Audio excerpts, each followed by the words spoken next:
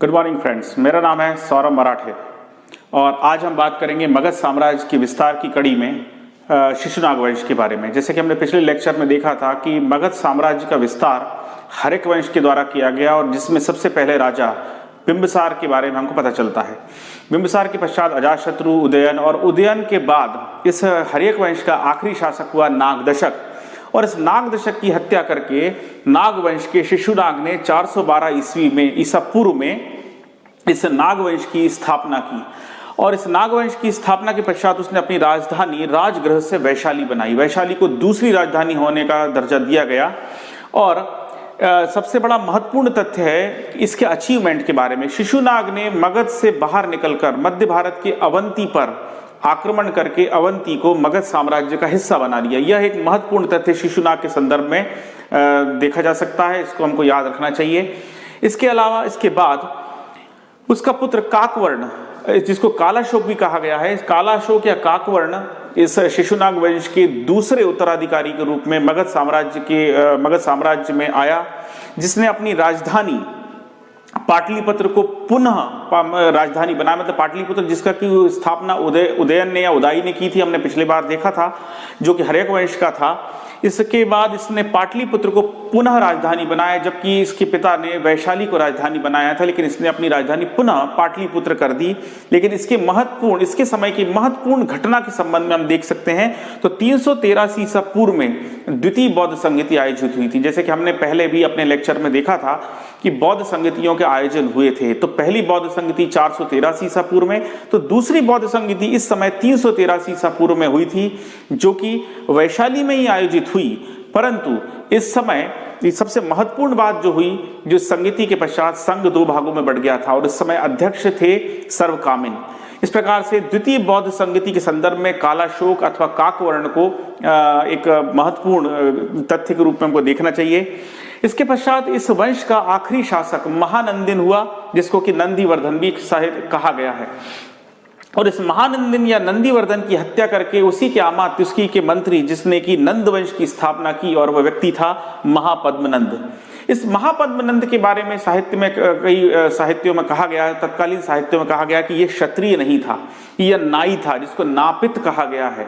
नापित कहा जा गया है, जिसको नाई या नापित कहा गया है कि इसने शासक बनते ही अपनी छवि को सुधारने के लिए यह कुछ ऐसी बातें की, या इस प्रकार से कुछ ऐसे घटनाक्रम किया जिसकी वजह से इसको नाई न कहा जाए।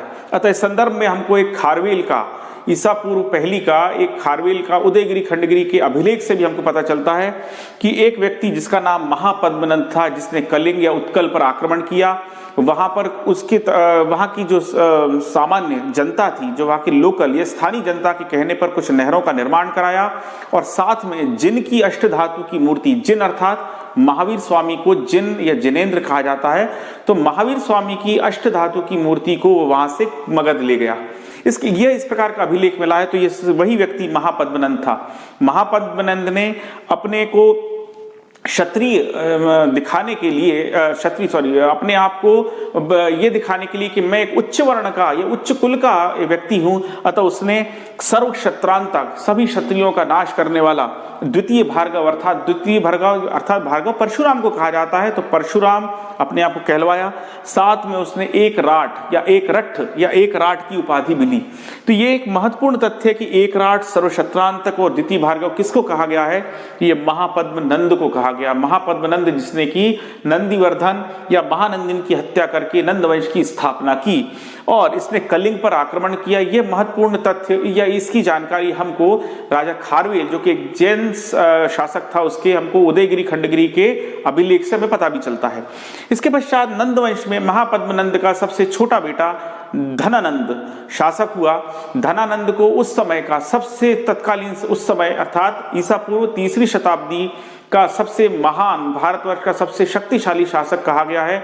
और यह बात कौटिल्य ने अपने अर्थशास्त्र में भी कही है।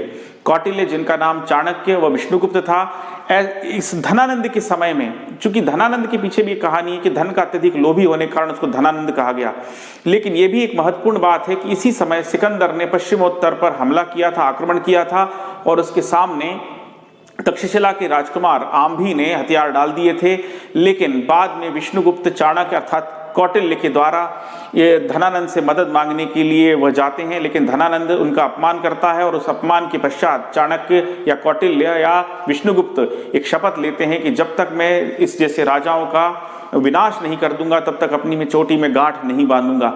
अतः ऐसे समय में हम देखते हैं कि धनानंद को सबसे शक्तिशाली शासक उस समय बताया गया है अर्थशास्त्र के रचयिता कौटिल्य के द्वारा, और इसके पश्चात चाणक्य को या कौटिल्य को या विष्णुगुप्त को चंद्रगुप्त नामक एक युवा या बालक मिलता है जिसकी उन्होंने सैनिक प्रशिक्षण देके तत्पश्चात में मौर्य साम्राज्य की स्थापना उन्होंने करवाई मगध में।